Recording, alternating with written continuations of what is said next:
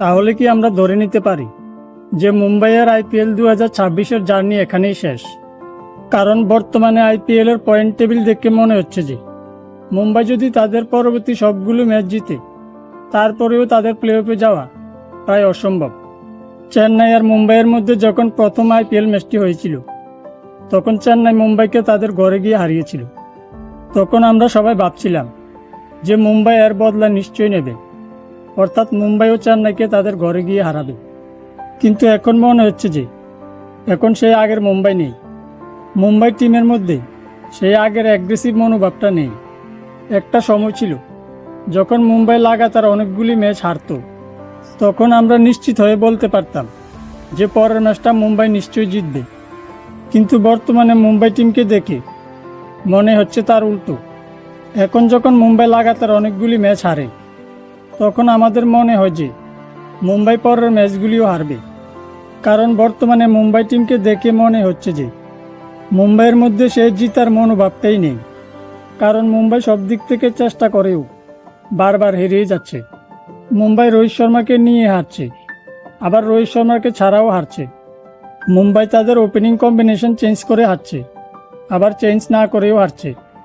কখনো কম রান করে ব্যাটিংয়ের জন্য হারছে, আবার কখনো বেশি রান করেও বোলিংয়ের জন্য হারছে।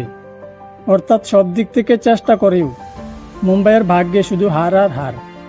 আইপিএল 2026 শুরু হওয়ার আগে মুম্বাইকে সবচেয়ে শক্তিশালী টিম মনে হচ্ছিল, কিন্তু যখন থেকে আইপিএল 2026 শুরু হয়েছে তখন থেকে মুম্বাইয়ের পারফরমেন্স দেখে আমাদের মনে হচ্ছে যে আইপিএলের সবচেয়ে দুর্বল দলটাই যেন মুম্বাই।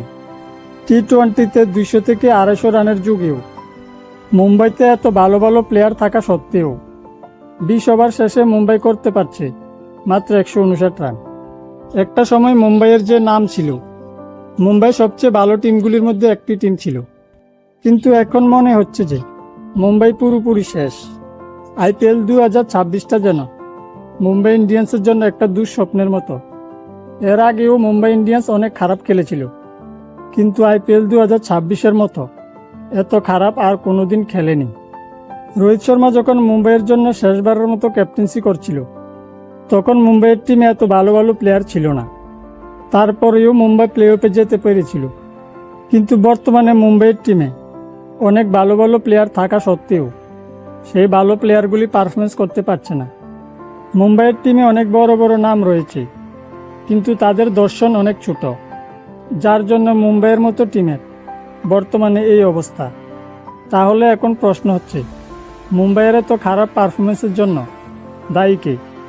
মুম্বাইয়ের এই খারাপ পারফরমেন্সের জন্য কি প্লেয়াররা দায়ী, নাকি ক্যাপ্টেন্সিতে কোনো ভুল রয়েছে? কারণ রোহিত শর্মা যখন মুম্বাইয়ের ক্যাপ্টেন ছিল তখন মুম্বাইয়ের এত খারাপ অবস্থা কোনোদিনও হয়নি। যেদিন থেকে হার্দিক পান্ডিয়া মুম্বাইয়ের ক্যাপ্টেন হয়েছে সেদিন থেকে যেন মুম্বাই ধীরে ধীরে তলানিতে নামছে। তার মানে এই নয় যে হার্দিক খুব খারাপ ক্যাপ্টেন বা হার্দিক খারাপ খেলছে। হয়তো হার্দিক পান্ডিয়ার ভাগ্যটাই খারাপ যে হার্দিক পান্ডিয়ার ক্যাপ্টেন হওয়ার পর মুম্বাইয়ের অবস্থা ধীরে ধীরে খারাপ হয়ে যাচ্ছে। মুম্বাইয়ের জন্য আইপিএল 2026-এর জার্নি এখানেই শেষ। আমরা জানি যে মুম্বাইয়ের মতো টিমের জন্য এটা অনেক দুঃখের ব্যাপার, কিন্তু এখন মনে হচ্ছে যে মুম্বাইকে পরবর্তী আইপিএলের জন্য এখন থেকেই প্রস্তুতি নেওয়া উচিত। আর কালকে মুম্বাইয়ের সাথে জিতার পর থেকেই চেন্নাইয়ের জন্য প্লে অফে যাওয়ার সুযোগটা যেন আরও একটু বেড়ে গেল। তো কালকের ম্যাচ কে কে দেখেছ? আর কালকের ম্যাচে কোন টিমের পারফরমেন্স তোমাদের কাছে সবচেয়ে ভালো লেগেছে? আর মুম্বাইয়ের বর্তমান অবস্থা নিয়ে তোমরা কি বলতে চাও? এই বিষয়ে তোমাদের মতামত কমেন্টে জানাও। ভিডিওটি ভালো লেগে থাকলে লাইক, শেয়ার আর ফেসবুক পেজটিকে ফলো করে দিও। ভিডিওটি ইউটিউব থেকে দেখলে ইউটিউব চ্যানেলটিকে সাবস্ক্রাইব অবশ্যই করে দিও। ধন্যবাদ।